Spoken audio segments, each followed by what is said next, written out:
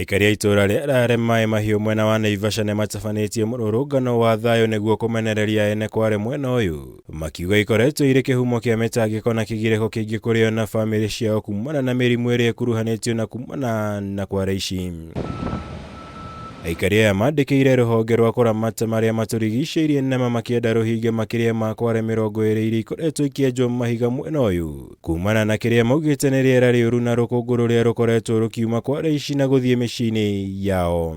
Mashimo imeshimbwa kubwa kubwa ambaye ni futi 40 kwenda chini sikichukuliwa Kware, na hata hii mashimo wakikuja kuondoka mahali hapa serikali hakuna mtu atafunika hiyo mashimo hapa, itawachwa mahali hapo. Watoto wanaathirika. Unaona hii picha iko hapa mbele yangu.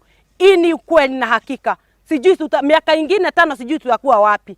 Na mimi nauliza, hii serikali ni ya hasula.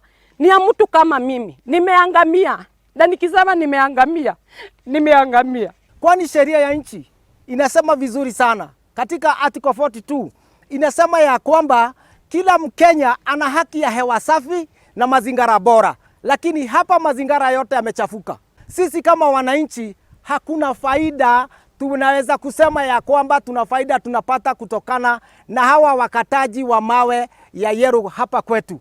Shida tu ndio tumepata. Kuringana na Aikari ya ene Kware ici makoretwo makihaka maabitha ministry ya maria maturigicĩirie niguo metikirio guthie na mbere kwenja Kware ici. Riu makiuria thirikari igirire na kumahonokia kumana na Kware ici. Tunaomba serikali ikuje mahali hapa iangalie hiyo shida yetu, kwa sababu tuko na shida kubwa sana ambaye hata serikali wengine hao wadogo wakikuja mahali hapa wananyamasishwa, hata hawezi ongea. Wanakuja siku moja wananyamasishwa, wakienda wananyamaza. Hata tukijaribu kuteta kwao hawasikii kilio chetu. Mimi nimefungua kazi ya kufanya kiosk. Saa hii mimi nimefunga sababu ya vumbi. Hakuna hata mmoja anaweza kuja kuninunulia sababu hata wao wenyewe wanajua kuna vumbi.